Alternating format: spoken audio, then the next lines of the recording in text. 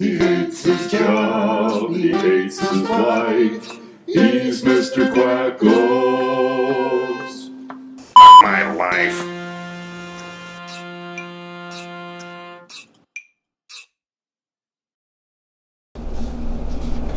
$1,100 for our rent, $390 for utilities, $160 for cable, $60 for internet, $120 for our cell phones, $202 for our credit card, $80 for Netflix, and $83 for feather bleaching? How are we going to pay all these bills? Bills? I've only got one bill. You're an asshole. He hates his job, he hates his wife. He's Mr. Quackles.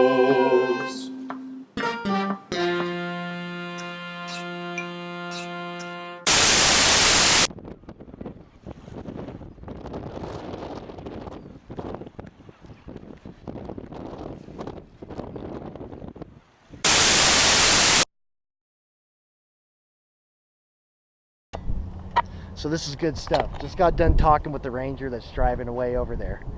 Blue Herring Reservoir, St. Vrain State Park. Beautiful, beautiful, beautiful. I can't believe it. This right here, 89-acre reservoir. Gentleman just told me, my boat, this little pond prowler right here, is the first boat ever to go into this lake other than the ranger boats. We are getting ready to have some fun. He said that there hasn't been anybody catching stuff. He's not quite sure what's in there.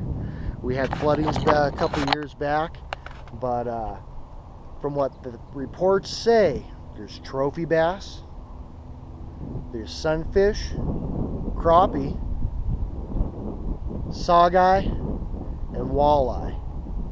He says there could be a whole lot more. No idea, but we're gonna unload. We're gonna get up on it.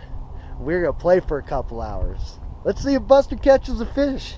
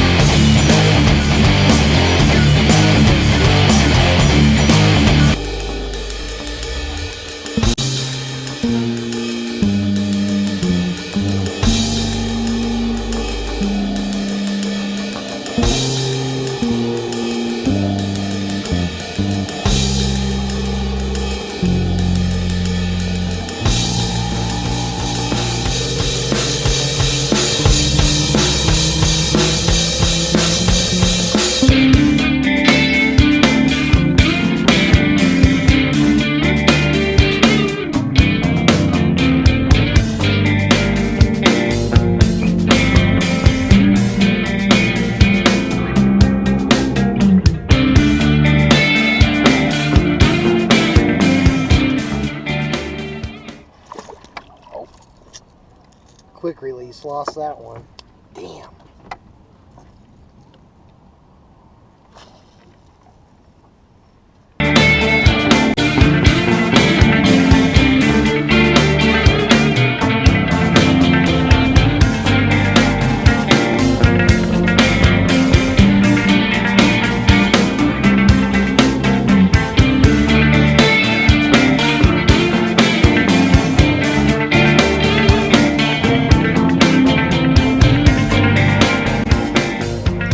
Sounds music to my ears.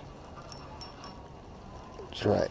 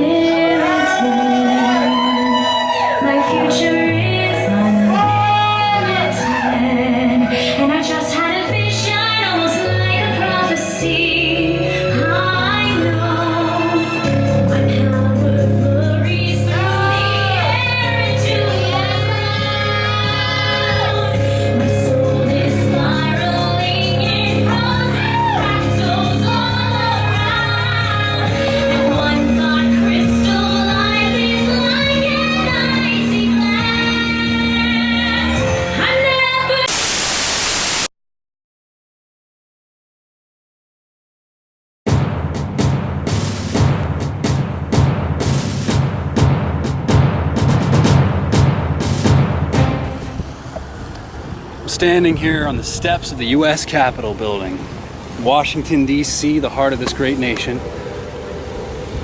It's been said that the ultimate challenge of the American Republic was to balance the freedom of the people against the power necessary to secure that freedom. And ultimately, one must wonder whether that balance might have shifted a little too far in one direction. DC was intentionally set in a swamp. The whole idea behind that was to discourage people from wanting to linger here too long, because as our founders knew, power corrupts and absolute power tends to corrupt absolutely. I've also heard it said that air conditioning may have been one of the worst inventions in the history of America, at least in terms of protecting freedom. Let me explain. With the advent of air conditioning, this swamp, this humid, festering swamp, became a place that was tolerable to exist in, at least indoors. And that allowed congressmen and their aides to linger here longer. Swamps are places with nasty, slimy creatures crawling around on their bellies, and there's something to the idea that that is still true about this place. You can see it in the way that power and money have congregated into the heart of DC, while its outer reaches have actually festered with poverty and crime. DC is booming, whilst the rest of the country can be said is somewhat stagnant. If you see behind me, the top of the Capitol is currently under construction, which is actually an appropriate metaphor to this continuing American project. We are an incredibly affluent country. We're an incredibly powerful country, far more so than any nations that have ever come before us, but our work is not done. The task of balancing freedom and power is an ongoing challenge that we and our children and their children must continue to take up if this dream is to be made a reality. I'm Garrett Kuhn, and remember, this land is yours.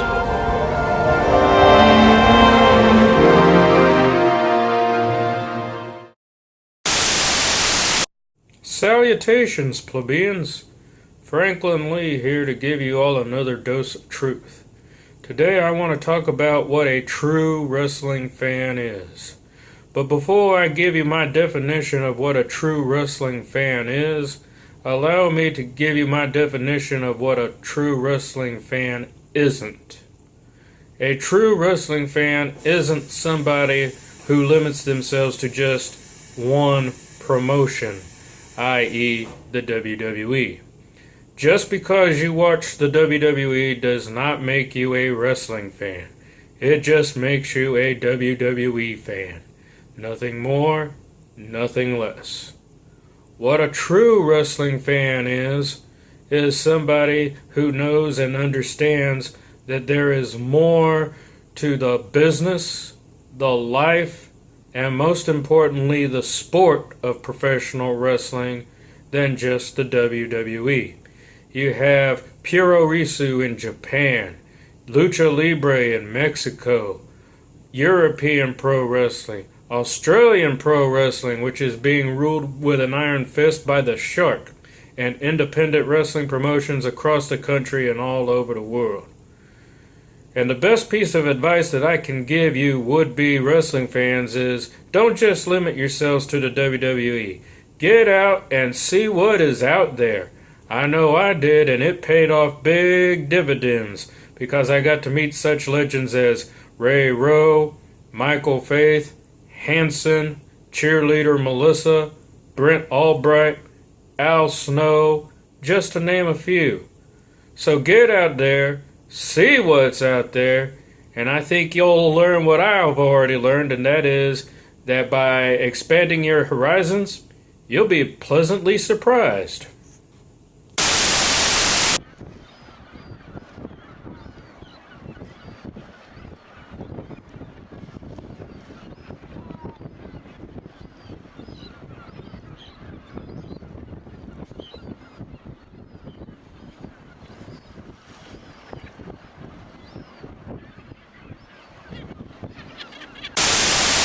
He hates his job, he hates his wife. He's Mr. Quackles.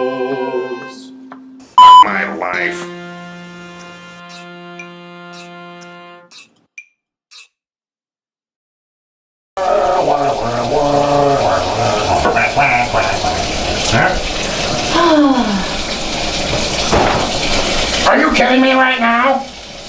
What the hell? I'm 2 feet away from you. Wait, this is the one bathroom in this crappy house, and I had to go. Oh, come on! It's... Ah! Can't believe it. Crazy ass. Privacy once in a while. Oh my God! Come on! Oh, this is... Ah! God! Oh! Fine, I'm done. I'm done. Oh! Can't believe... Ah! He hates his job, he hates his wife. He's Mr. Quackles.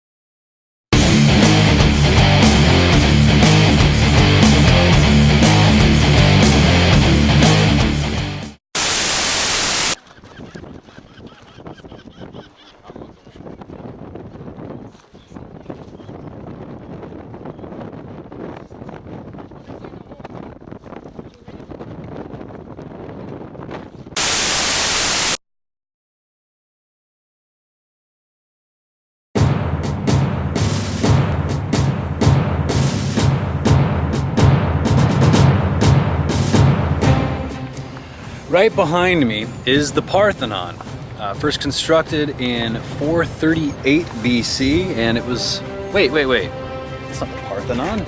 Parthenon was destroyed in 1687. Where are we again? The music city of Nashville? What the heck is the Parthenon doing here?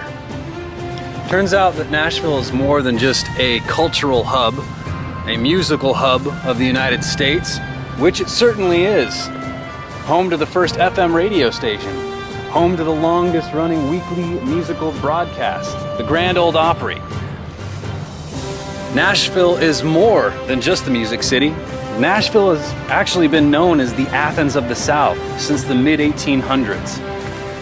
Hence, the construction of the Parthenon, the only true-to-life, accurate reproduction of the Parthenon anywhere in the world. By the 1850s, Nashville was already home to numerous institutions of higher education, the most in the South. And they were also the home to the first public school system in the entire South. This focus on educating its citizens is what gave it, what earned it, the reputation of being the Athens of the South. This particular structure was built in 1897 and completed in the 1920s. Inside, there is an accurate replica of the original statue of Athena.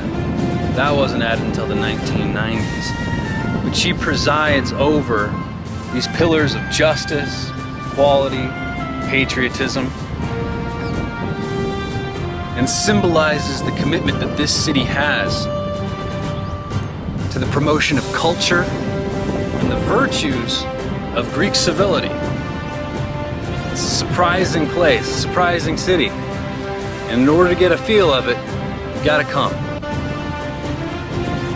I'm Garrett Kuhn, and remember, this land is yours.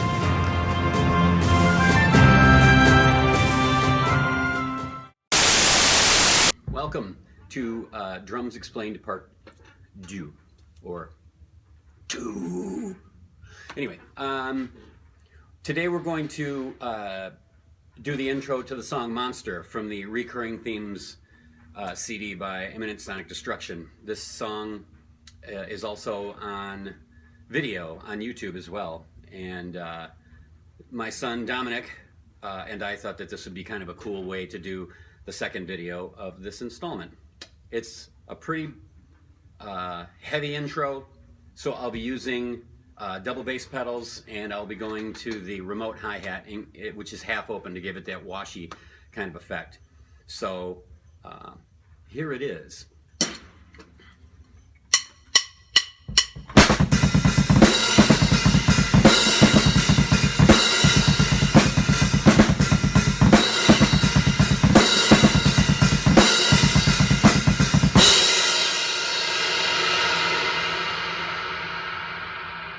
That's it. Pure genius. Heavy metal genius. So, pretty simple.